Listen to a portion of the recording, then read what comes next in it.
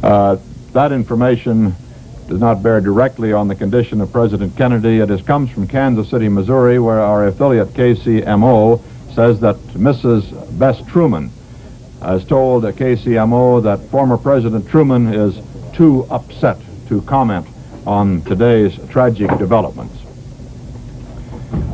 As we said, there has been no word at all on the official word from the doctors at Parkland Hospital or the White House staff on the extent of the president's wounds. Mrs. Kennedy is in the hospital, as we said. So is Mrs. Connally, the governor's wife, as are indeed most members of the White House staff. He was carrying a large staff with him on this tour to Texas.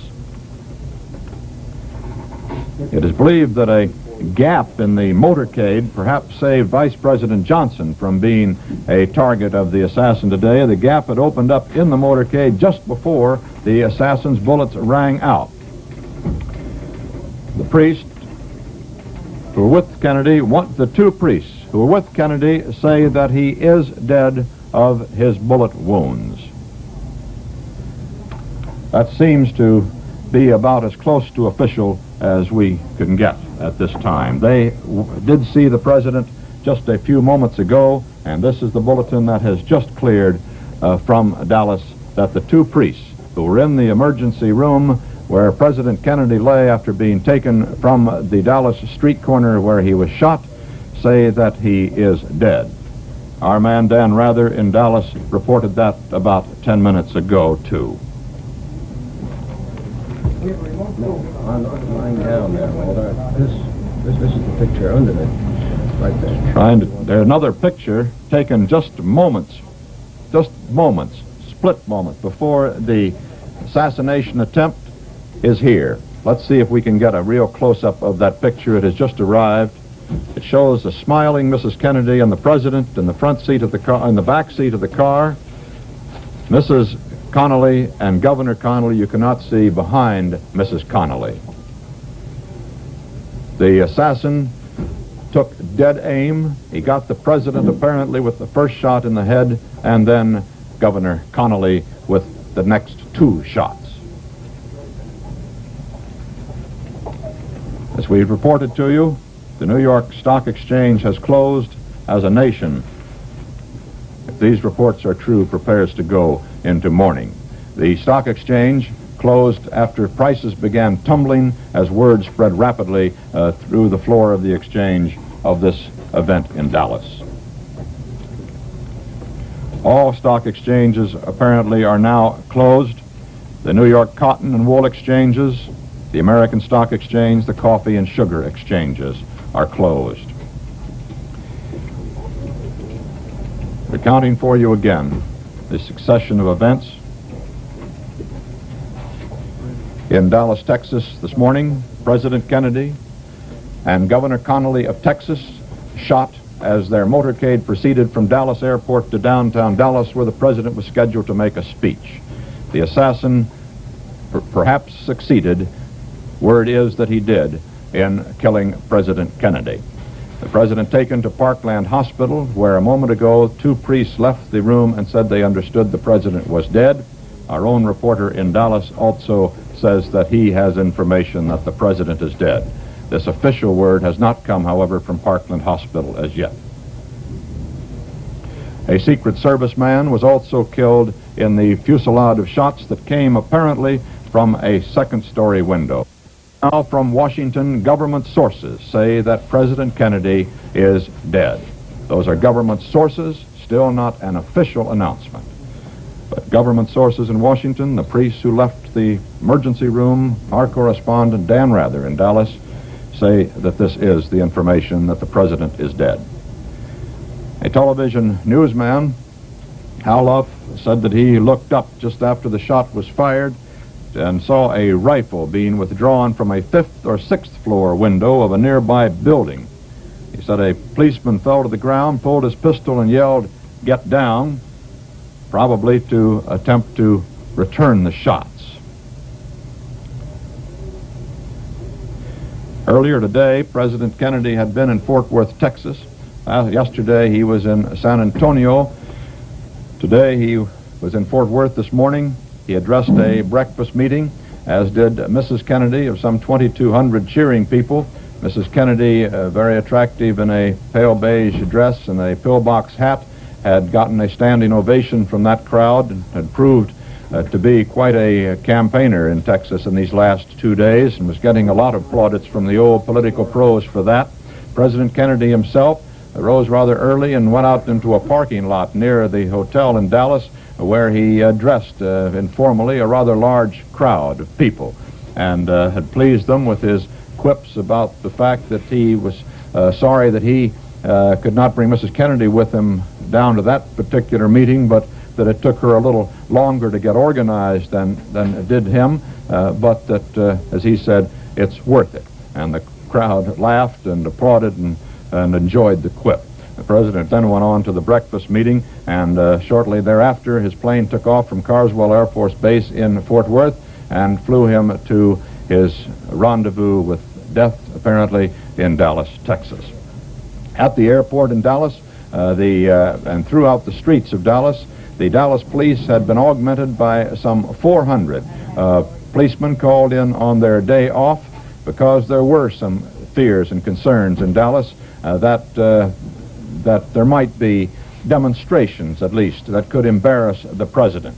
Because it was only on October the 24th that our ambassador to the United Nations, Adlai Stevenson, was assaulted in Dallas, leaving a dinner meeting there. From Dallas, Texas, the flash, apparently official, President Kennedy died at 1 p.m. Central Standard Time, 2 o'clock Eastern Standard Time, some 38 minutes ago.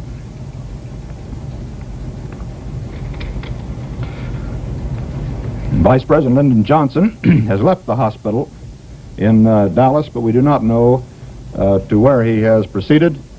Presumably, he will be taking the oath of office shortly and become the 36th President of the United States.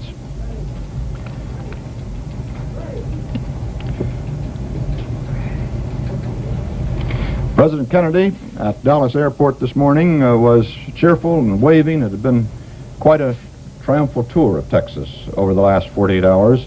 There were hundreds of people crowded around the president at the airport, wildly cheering. There had not been any outstanding demonstrations. Nothing like that, the demonstrations that greeted Adlai Stevenson, our UN ambassador in Dallas, as I was telling you a moment ago, on October the 24th, when a lot of banners saying, get out of the UN, and coexistence is appeasement, and that sort of thing, greeted him at a meeting. He was greeted by hecklers in the Dallas auditorium where he spoke, and then as he left the hall, a lady demonstrator there hit him over the head with one of her picket signs. He wasn't badly injured, but he was obviously shaken by the experience. The lady later said that she was pushed from behind, and that's why the sign fell and hurt Adlai Stevenson, or rather struck him. He wasn't badly hurt. As we told you a moment ago, President Kennedy was assassinated in Dallas, Texas today. He was shot in Dallas at 12:25 as his car proceeded through the crowded streets of Dallas. He died 35 minutes later in the Dallas Parkland Hospital. Governor John Connally of Texas was also shot by the assassin. The condition in which Governor Connally now is, we do not know as yet, but apparently he is conscious and has talked to an aide there. Vice President Johnson was in a following car and was apparently not hurt. He has left the hospital and has gone to an unknown destination where it is assumed he will shortly take the oath of office as the President of the United States. Some pictures of the President this morning. We have also, we're beginning to hear now from points around the world, of course, in a succession of messages that will be coming in. Dan Shore reports from Paris that, from Germany, that Prime Minister Erhard of Germany heard the news en route to back to Bonn from Paris, and of course Dan Shore said, not knowing at the time that he cabled us a few minutes ago that the president was dead, said that Earhart would probably postpone his visit to Washington. It seems almost certain that that would be the case now. Here are some pictures taken of President Kennedy earlier today. Here is one from Fort Worth, where President Kennedy is shaking hands with a mounted member of the Tarrant County Sheriff's Posse.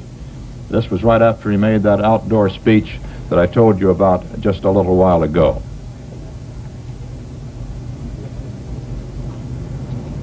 And another picture of the President and Mrs. Kennedy at that Chamber of Commerce breakfast at Fort Worth, about which I was telling you.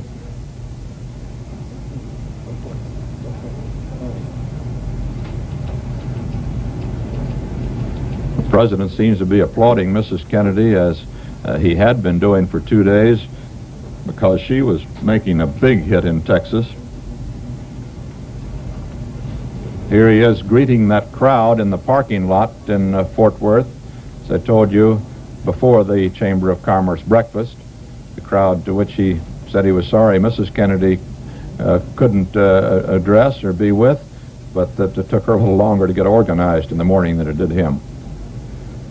But as he said, it's worth it. And here is a picture of the President also at that outdoor meeting this morning in a more formal pose.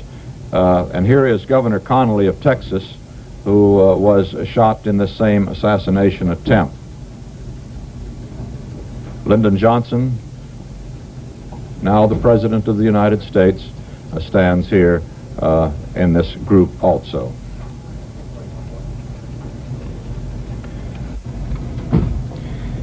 Apparently, the police are not convinced that they have the assassin, the young man who they are questioning. They have spread a giant dragnet around the city of Dallas, and they say that they're searching for a white man, about 30, of slender build, weighing about 165 pounds. They say that he apparently shot the president with a .30-30 rifle. That's a very high-powered and accurate rifle, which is a very popular rifle among the game hunters of Texas. Senator Yarborough of Texas, said to have collapsed in sobs as he told reporters of the slaying of President Kennedy.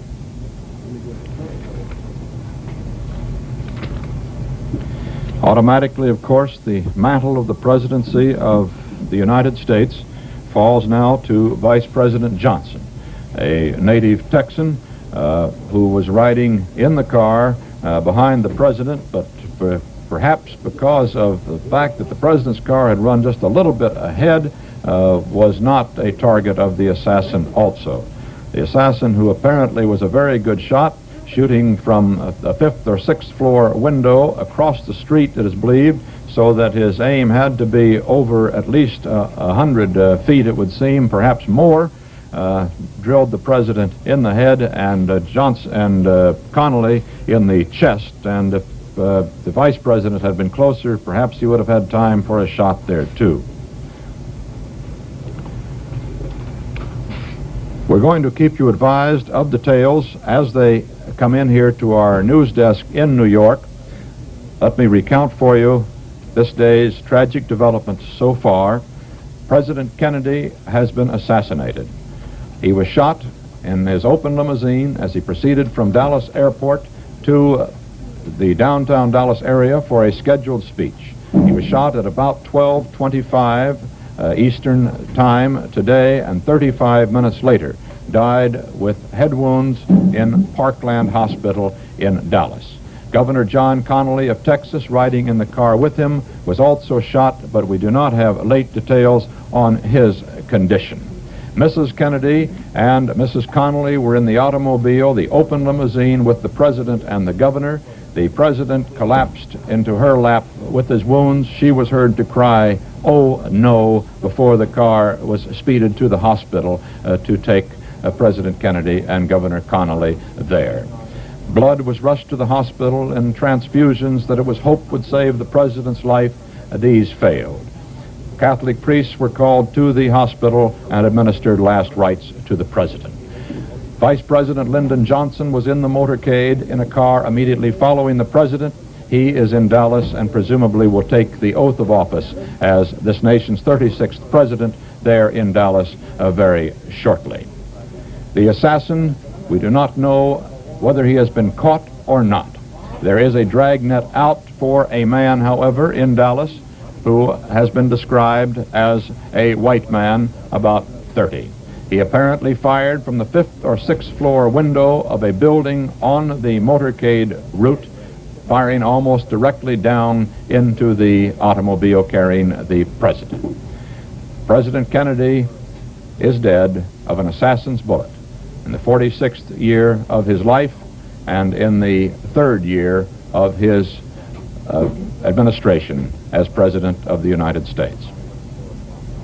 This is Walter Cronkite at our CBS newsroom in New York.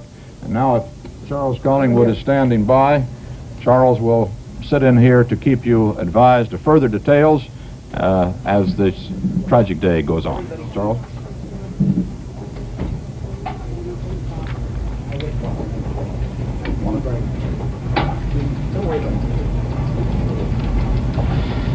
The entire nation has been taken up with the tragedy of the assassination of President Kennedy in Dallas, Texas. We've told you all that we know of the confused events that transpired this morning and early afternoon in the rest of the nation. The president died about 2 o'clock Eastern Standard Time, according to the reports which we have had. That was about an hour after the assassin's bullet felled him while he was riding in the car through downtown Dallas, Texas, to go out to an engagement in part of his tour of Texas.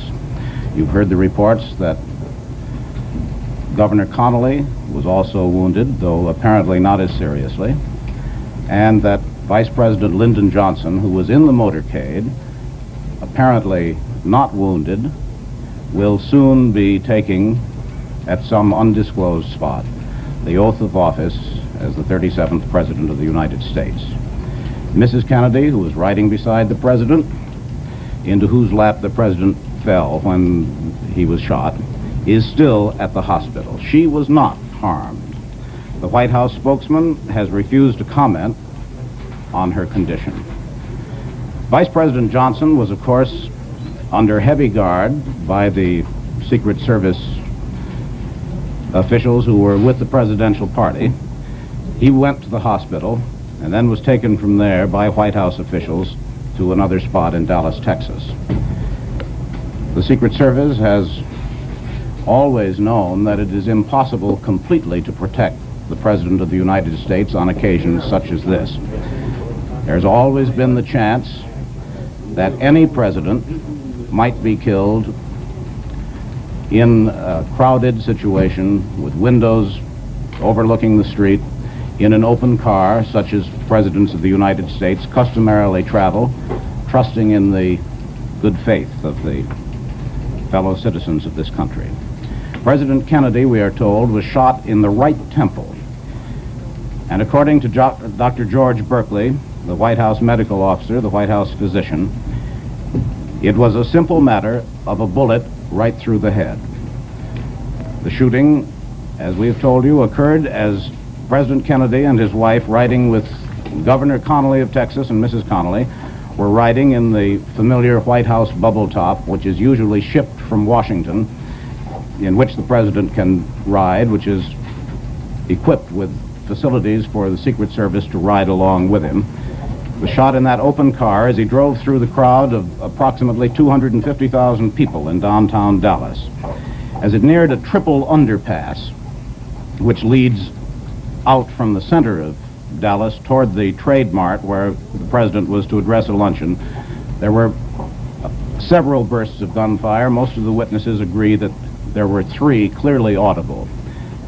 And the president and Governor Connolly of Texas slumped into the seats of the limousine. The new president Lyndon Johnson and Mrs. Johnson left the hospital where they went with the presidential party. Newsmen have had no opportunity to question them. The horror of the assassination was mirrored in an eyewitness account by Senator Ralph Yarborough, a Democrat of Texas, who had been riding 3 cars in the long motorcade behind President Kennedy. He told reporters, "You could tell that something awful and tragic had happened." Senator Yarborough's voice was breaking, his eyes red-rimmed, as he said, "I could see a Secret Service man in the president's car, leaning on the car with his hands in anguish, anger, and despair. I knew then," said Senator Yarborough, "that something tragic had happened." That was the way the news came, not only to those of us far away from Dallas, but to those in the presidential entourage itself. It happened so quickly, the cars were separated. It was not clear at first where the shots came from. That confusion resulted there and everywhere else, and there are still a great many loose ends to be tied up. The president apparently died 30 minutes, roughly, after the shot was fired.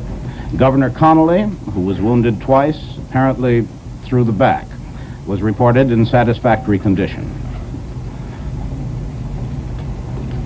Presumably, the White House staff and President Johnson will go through some time in the next few minutes, if indeed it has not already happened, with the ceremonies of taking a formal oath of office to succeed the slain president. One reporter on the scene said that he saw a gun emerge from an upper story of a warehouse which commanded the presidential route through Dallas. John F. Kennedy was the first president to be assassinated since William McKinley was shot in 1901. It was the first death of a president in office since Franklin D. Roosevelt died of cerebral hemorrhage at Warm Springs, Georgia in April 1945. At that time, Vice President Truman was in Washington and was able to take the oath of office in the White House in a fairly short time. Undoubtedly, Vice President Johnson will succeed to the presidency through an oath of office in Dallas, Texas, this afternoon. Police have already spread a dragnet around the city searching for the assassin. The man being sought, yes? Bob Stroud is just taking a walk through Manhattan, reaction of people in the streets and things. Come, Bob. I want to put the mic between the two. Yeah. Like most Americans, Bob Trout was caught unawares and went through this city of New York unawares by this. Bob, what did you see? Well, I had heard, Charles, a few moments ago, and I just took a walk of almost a mile through Fifth Avenue and Madison Avenue here in New York City. And it was curious, there's not a single shop closed. When Franklin Roosevelt died so suddenly, the shops, somehow the word got around, the shops closed, and there were pictures of Mr. Roosevelt in shop windows in Fifth Avenue draped in black. But I haven't seen a thing like that. No bank is closed. The post office is open here very close to this building in Lexington Avenue. And most people are going about their business as if they hadn't heard yet, but the automobile radios are blaring out. And when a car stops, people form little knots around it, when it stops for a red light. But the strange thing is that some people have heard, and about every other block or so, you see people weeping openly in the street. I saw one man leaning against a lamppost with a handkerchief pressed to his eyes.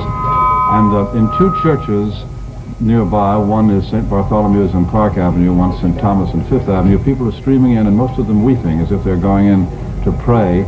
The only church bell I heard is on the Catholic church quite close by on 43rd Street, which is now tolling, which is just outside this building, actually. It's very odd, about 9/10 of the city going about its business as if it doesn't quite know. And, oh yes, I passed a school building, and the school had just come out, and every school child was weeping. The girls, they had handkerchiefs, the boys were crying, everybody was weeping as he came out, all the children.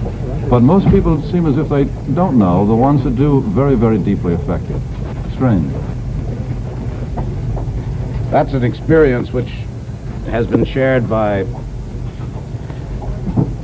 something like 150 million people, isn't it? As the news came at this hour when people were having lunch or going about their ordinary affairs. We still have no fresher reports from Dallas of what is transpiring there. It is, as far as we know, official and without doubt that the President of the United States has been assassinated and is dead as the result of an assassin's bullet in Dallas, Texas. CBS News will stay on the air live from this newsroom in New York City throughout this day to keep you up to the minute on the latest developments in the assassination of the President. Vice President Johnson, who was with the presidential party, is expected to take the oath of office as the 37th President of the United States at any time this afternoon. The word, of course, has begun to spread throughout the world. In Rome, Cardinal Francis Spellman, there for the Ecumenical Council, said that he is shocked and grief-stricken to hear of President John Kennedy's death. As this afternoon goes on and as the word reaches leaders throughout the world, there will be many more messages of that kind. Governor Connolly, who was riding in the same car with the President and Mrs. Kennedy and Mrs. Connolly, and who was also shot twice by bullets apparently from the same assassin, Governor Connolly is reported in serious condition and in great pain. The only words we have from him were those to an aide: "Take care of Nellie," Governor Connolly's wife.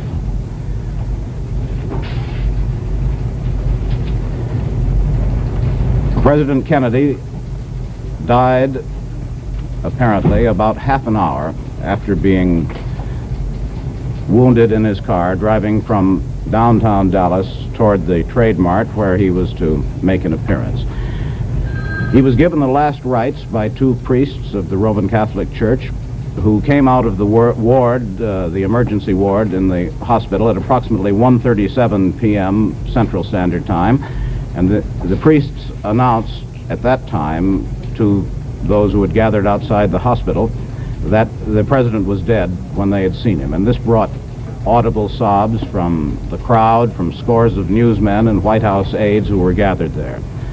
Senator Ralph Yarborough, a Democrat of Texas, who was in 3 cars behind the President, talking only a few minutes before the newsmen, had collapsed in sobs as he told told reporters of watching the slaying of the President.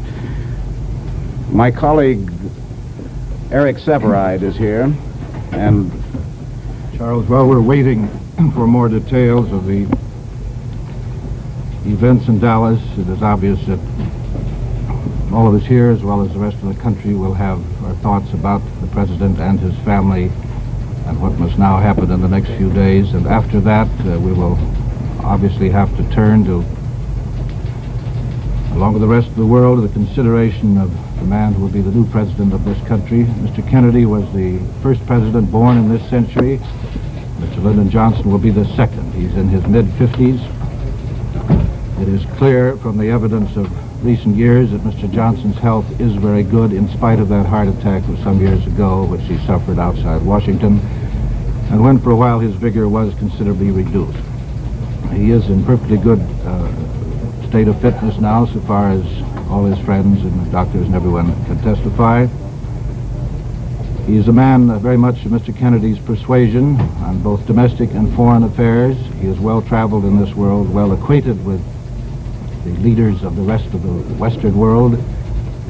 Mr. Kennedy, you know, was the new young force among world leaders, so much younger than those in France, in Britain, in Russia, or Germany. And Mr. Johnson will be still, I think, the youngest, except perhaps the new Chancellor of Germany. But on the whole, the older men of an older time will still be in power. I think you perhaps have a new bulletin there, Charles, and if that is important, I'm sure you want to go with it.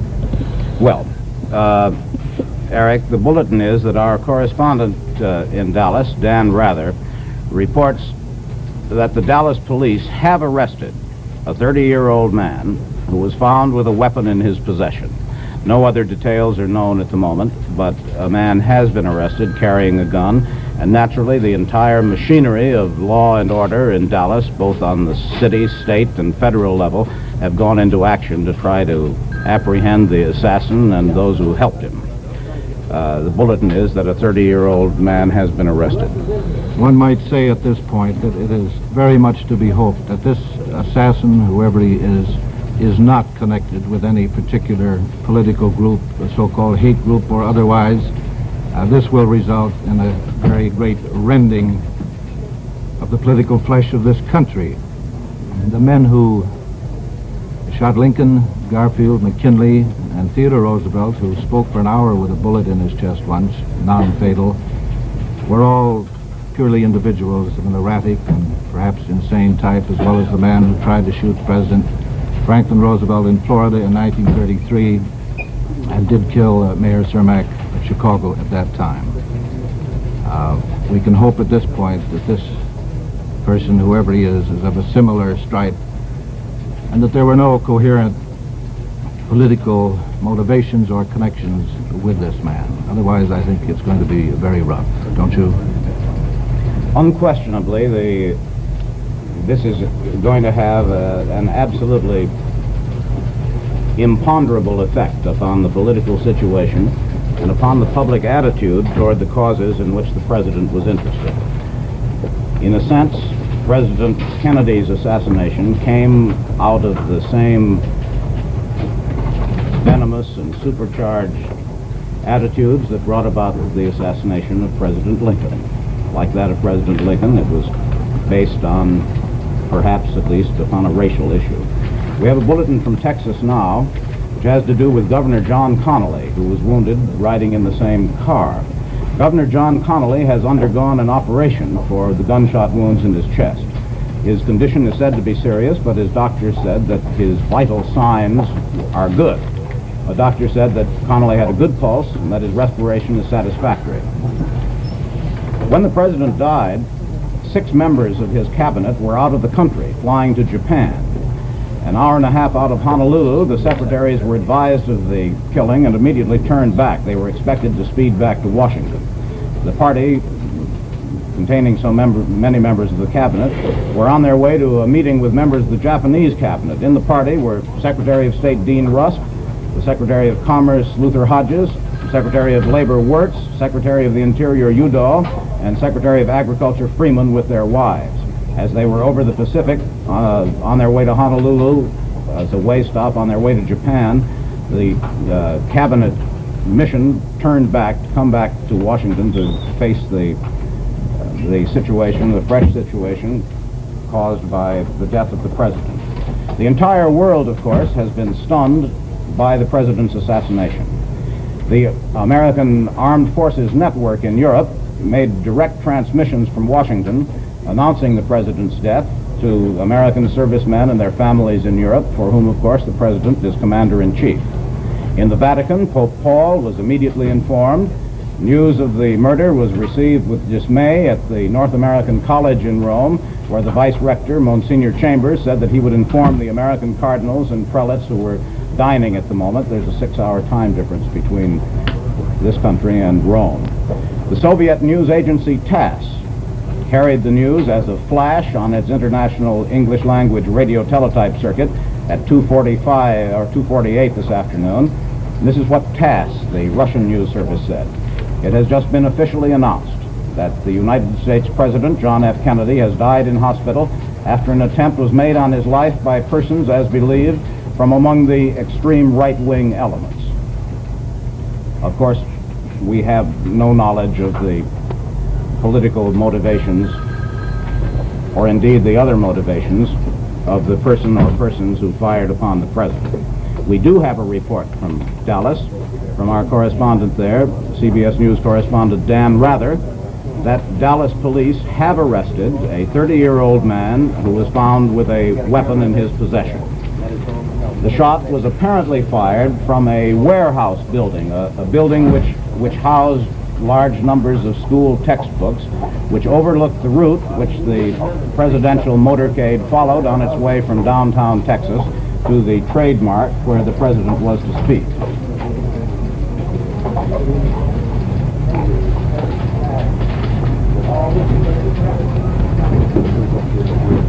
The reports continue to come in, but in a confused and fragmentary fashion.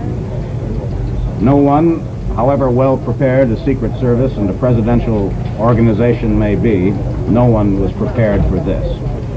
It happened quickly in the midst of a large crowd of 250,000 people, and we are bringing you the reports as they come into us here in New York just as quickly as we can.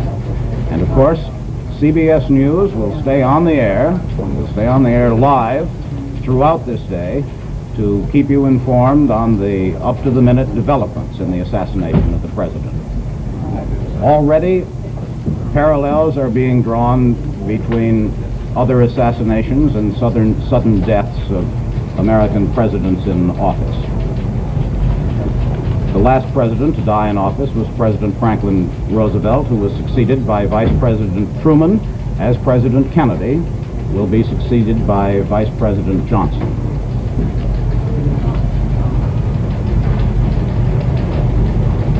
Looking back on the confused events of this morning, the President, Mrs. Kennedy, Vice President Johnson were on a tour of Texas.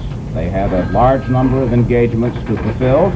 They were greeted at the airport with every evidence of enthusiasm. Mrs. Kennedy making one of her comparatively rare trips with the President on a political errand. She, according to all accounts, had won everyone's heart, although President Kennedy was greeted with some banners and some Confederate flags flying. Every observer who watched it felt that his arrival and his reception in Texas was a warm and friendly one. As he followed his schedule in a long motorcade of cars with officials and with reporters following them, they drove from downtown Texas to a Trade Mart where there was a large luncheon arranged and where he and Mrs. Kennedy were to make an appearance. As they left downtown Texas, going toward an underpass, which is a landmark in Dallas where three roads come together and go underneath the railroad, shots rang out apparently from a building, a warehouse, overlooking the route of the parade. Those in the cars behind saw that the presidential car stopped. President Kennedy fell with his head in his wife's lap.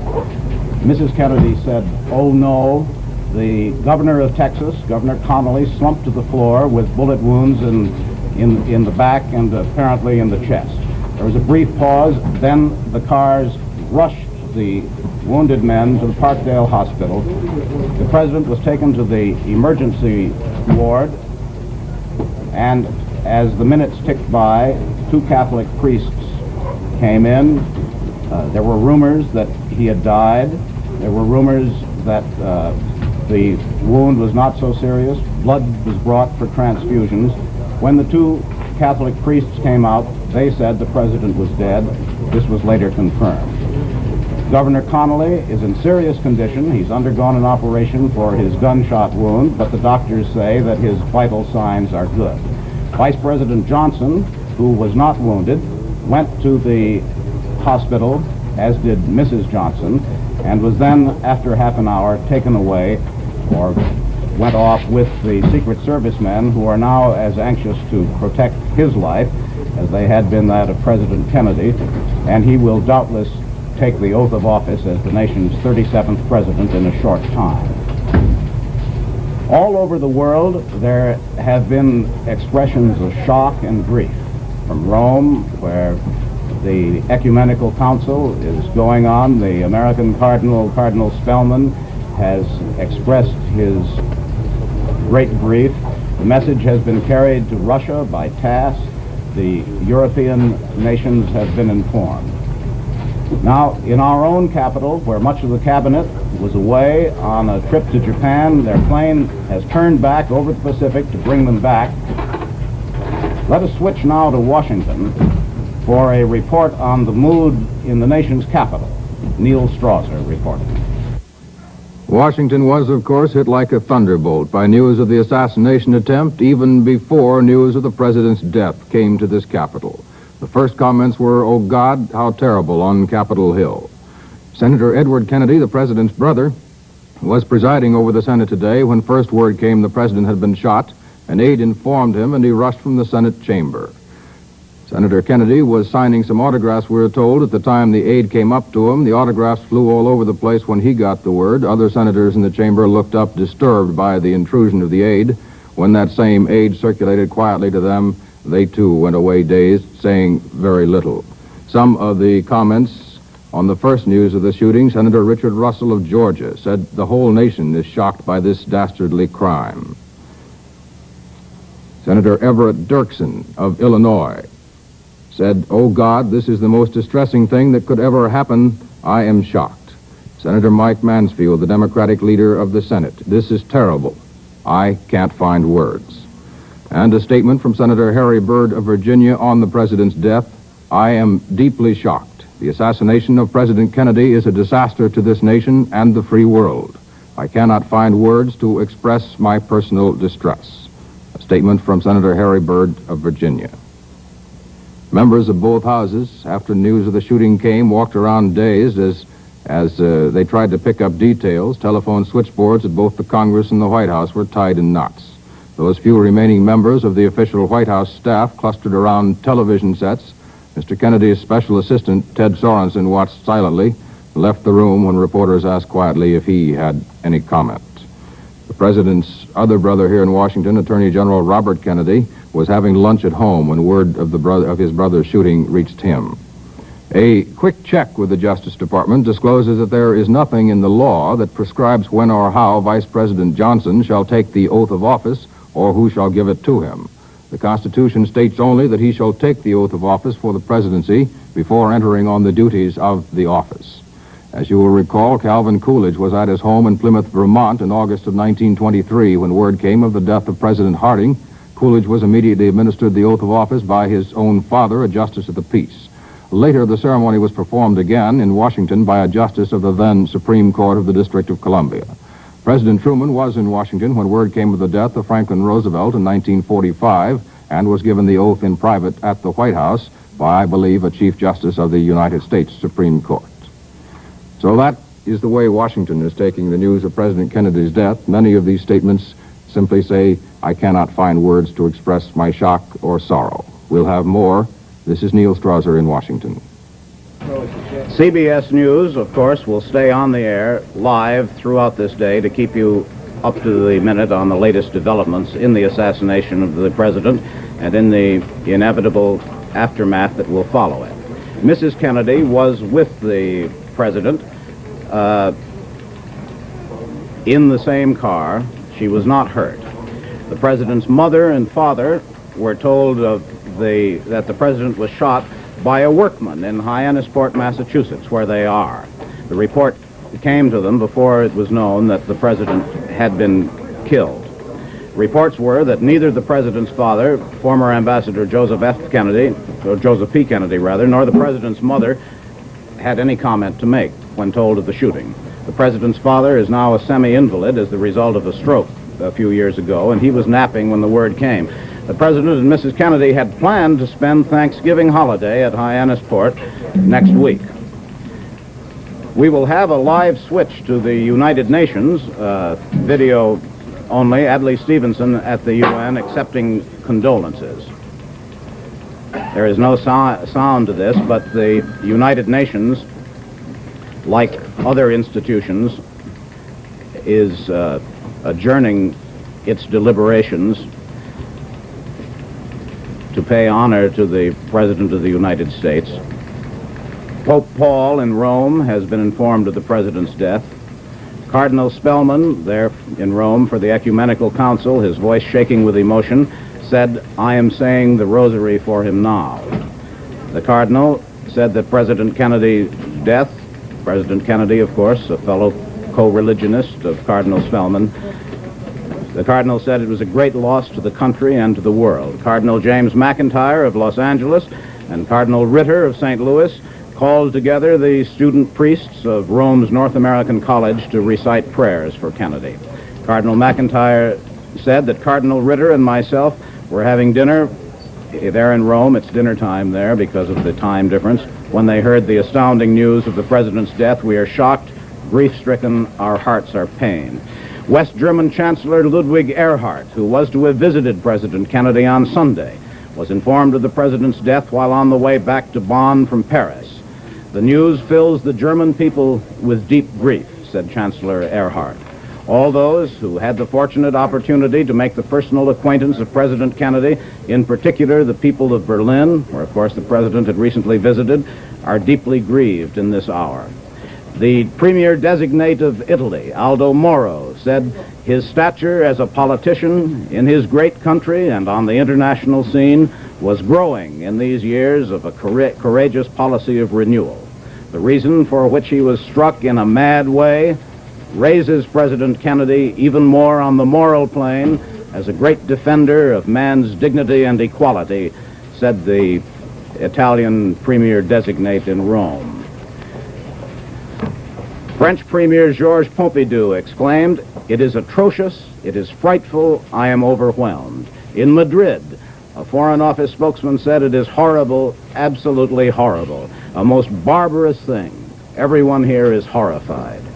And thus, international differences, disputes, are swept away in the moment of shocked, stunned grief. The Italian news agency TASS, in reporting on its wires to its subscribers the death of the president, asserted that he had been killed by a right-wing American extremist. There is no confirmation of that. A man has been arrested in Dallas, a 30-year-old white man who was carrying a gun. We know nothing of his political persuasion. But Dallas, Texas is considered a center of conservative philosophy and finance. It was on October 24th that Adlai Stevenson, our ambassador to the United Nations, whom you saw a moment ago receiving condolences of representatives of other countries to the United Nations, that Adlai Stevenson, making an appearance on United Nations Day in Dallas, was spat upon by one heckler and struck with a placard by another. It was believed that the strong emotions which run in Texas and other parts of the South may have been part of the context of attitudes which resulted in the tragic occurrence today. It was believed that the president's body will be moved shortly to Washington. Traditionally, funeral services for presidents who die in office are held in the Capitol. A presidential spokesman, the White House spokesman, told newsmen that Governor Connally, who had been riding in the same open limousine with the president, had been wounded in the right chest. Connally was rushed into surgery in the hospital for a 2-hour emergency operation. He is said to be in serious condition, but the doctors say that his vital forces are strong. A lieutenant of the Secret Service, Lieutenant Kaminsky, said that the assassin's weapon appears to have been a high-powered Army or Japanese rifle of about .25 caliber. The rifle had a scope sight on it, according to the Secret Service lieutenant. The entire building where the sniper was located was evacuated, and people working in the building at the time of the shooting were questioned. This morning, President Kennedy had telephoned Vice President John Nance Garner, who had been Roosevelt's vice president, as you remember, congratulating him on his 95th birthday, where former Vice President Garner lives in Uvalde, Texas. And according to this report, Garner's end of the conversation went this way: "God bless you, Mr. President. You're my president, and I love you. I hope you stay there forever. Thank you, Mr. President. God bless you." The words of former Vice President John Nance Garner, 95 years old, in Texas this morning, one of the last telephone calls that President Kennedy apparently made. This is what we know of the assassination as it took place this morning. President Kennedy was traveling in a motorcade through the streets of Dallas before a generally enthusiastic crowd, in some places a conspicuously enthusiastic crowd, of 250,000 people. With Mr. Kennedy in the open limousine, the White House bubble top, which is so familiar to those who have seen the president on television or in person as he travels throughout the country, with the president were Governor John Connally of Texas, Mrs. Kennedy, and Mrs. Connally. Suddenly there were shots. An eyewitness said that he saw them fired from a window in a warehouse building overlooking the route from downtown Dallas out to the Trade Mart where the president was to appear. Bullets hit Mr. Kennedy in the forehead, and Governor Connally in the chest. The two men were seen to slump into their wives' arms. Neither Mrs. Kennedy nor Mrs. Connally were hurt. One report has said, still not confirmed, that one of the Secret Service men accompanying and guarding the president was killed by the gunfire. Then, convoyed by police, the limousine raced off at top speed to Parkland Hospital, which was 5 minutes away. Meanwhile, police and Secret Service agents moved in on the assassin, searched the building, and an arrest of one man armed with a rifle is reported. The president and the governor were taken to the hospital's emergency room. The president was not moved from there and died there. The governor was moved to an operating room and after an operation is reported in serious condition, but the doctors appear to be hopeful. Dallas motorcycle officers who were ranging along beside the cavalcade took off across a field in the direction from which the murderer apparently had fired. One officer raced to the foot of a nearby railroad embankment and climbed to the tracks above, gun in hand. No one knew quite where the shots had been fired for quite a long while. Apparently they were fired from a building and not from one of the knolls which rose above the road. White House Acting Press Secretary Malcolm Kilduff said that the president's body will be flown to Washington this afternoon. The Dallas Sheriff's Department said a rifle had been found on a staircase on the 5th floor of the building near the scene where it is now believed from where the shots were fired. It was a 7.65 Mauser, German rifle, familiar to those who served in World War II. The German-made Army rifle had a telescopic sight. One shell was left in the chamber. 3 spent shells were found nearby. Most of the witnesses, most of those who were in the cavalcade, as they attempt to recollect the sudden and confused events which took place, say that they heard 3 shots, which checks with the fact that 3 shots had been fired, one still found in the Mauser with which the assassin was apparently armed.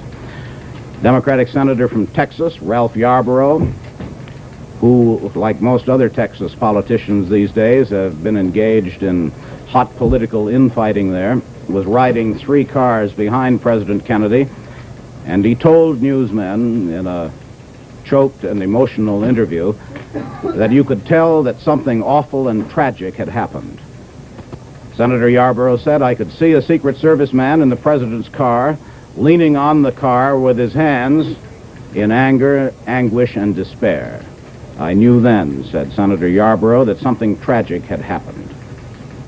We continue to get reports from foreign countries as the word reaches the chiefs of state and simple people in other countries of the death of the American president.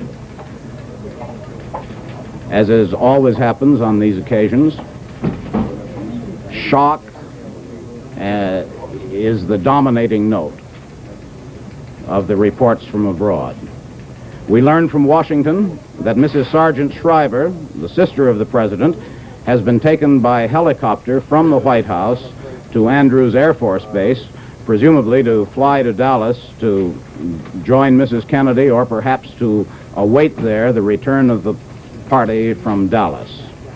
Mrs. Kennedy, who was riding in the same car with the president, was not hurt, but has been taken to a quiet room in the hospital at this moment after the aftermath of the terrible moment that she had to go through, in which the shot rang out and the president slumped down, his head in her lap. Reports are still coming in. They do not perhaps add a great deal to the confusion of the events that we have been trying to sort out all day. But as they come into us, CBS News is going to stay on the air live from here throughout this day in order to keep you up to date on the latest developments in the assassination of the president and what happens next. The news agencies and our own correspondents who are keeping us informed from Dallas continue to send us reports bringing together the various pieces of information, some confirmed, some unconfirmed, as they come in and as we begin to sort out the truth from the rumors of what has happened. The president's body has now been removed from Parkland Hospital. It was taken from there shortly after his death in a long cream-colored ambulance with the curtains tightly drawn. Mrs. Kennedy rode from the hospital in a passenger seat in the ambulance, which is a type of vehicle that does have 2 seats for passengers. She and the body of President Kennedy were escorted from the emergency entrance of the Parkland Hospital by 2 motorcycle officers. Mrs. Kennedy walked slowly from the hospital to the ambulance, looking around her, we are told, in a dazed manner, and appeared to be in a state of shock. Those who saw her enter the hospital an hour and a half earlier said that she had not been hysterical and remained in control of herself throughout. Secret Service men have directed police to remove spectators from the whole area. And now we have another report from Washington. Neil Strasser reporting. 3 jet planes are now warming up at Andrews Air Force Base, presumably to fly members of the president's family to Dallas, Texas. As you've already heard, Eunice Shriver, the president's sister, has left the White House by helicopter, along with the president's aide and very good friend, Theodore Sorensen, presumably on the way to Andrews Air Force Base. Comments coming in from Capitol Hill are uniform in sorrow and very much bipartisan. Democratic Senate Leader Mike Mansfield told newsmen the death was a deep, personal, and tragic loss. Seated with Republican Senate Leader Everett Dirksen in Mansfield offices off the floor of the Senate chamber, the Democratic leader told assembled reporters simply, he was a man who contributed so much and deserved so much more in return. Senator Alan Bible, Democrat of Nevada, said this is one of the great tragedies of our civilization. The world has lost a great champion, and the United States has lost a great and courageous president. Senator Jordan, Democrat of North Carolina, said the assassination was a great tragedy that has befallen this nation. The Speaker of the House and the next man in line for the presidency after Lyndon Johnson, Speaker McCormick, issued this statement to reporters, "This is a tragic event. I feel very inadequate in expressing my thoughts. The nation," said Speaker McCormick, "has sustained a staggering loss, the significance of which is stupendous. Our country and the entire world will never forget President Kennedy. His leadership was superb in meeting the challenge of this period of world history. The warmth of his personality will never be forgotten. The relationship that has existed between the President and myself throughout the years has been very close and most friendly. In his tragic passing, I have lost a dear and personal friend." The statement of Speaker McCormick. We are told that an aide of Vice President Lyndon Johnson, now President Johnson, George Reedy, has arrived at the White House. There can be very little delay in these times, of course, to have a new administration take over. As we told you, the law says that the oath of office can be given by almost anyone. By now, Johnson could already have taken it. It is presumed he will take it very shortly. This is Neil Strasser in Washington. President Kennedy's body has been removed from the hospital in Dallas, Texas, on the first stage of its journey back to Washington for what will be a state burial. Mrs. Kennedy accompanied the body in an ambulance from the hospital to the airport where it will be flown back to Washington. Walter Cronkite, who has been at this microphone all afternoon since the first word of the president's death, has been looking at the reports as they come in. Walter, have you discovered anything further than we've been giving? Charles, nothing except, as you know, and as indeed have already reported, that now the messages are beginning to come in from around the world and from the cities of the United States, where a nation is in almost, I could say it advisedly, almost uncontrollable shock, it seems. They're weeping on the streets. Schools have to be dismissed. My own school was dismissed because the children were weeping so much they couldn't